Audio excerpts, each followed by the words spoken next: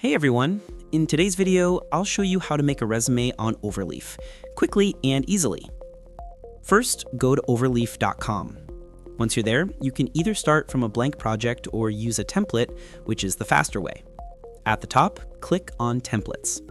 Now scroll down a little until you see the section called Resumes and CVs. Here, you'll find plenty of professional templates you can use right away. For this example, I'll choose the first one. It's one of the top-rated templates picked by the Overleaf team. Click on Open as Template, and in just a few seconds, it'll load into your Overleaf workspace. On the left side, you'll see the code editor, and on the right, the live PDF preview of your resume. Now you can start editing.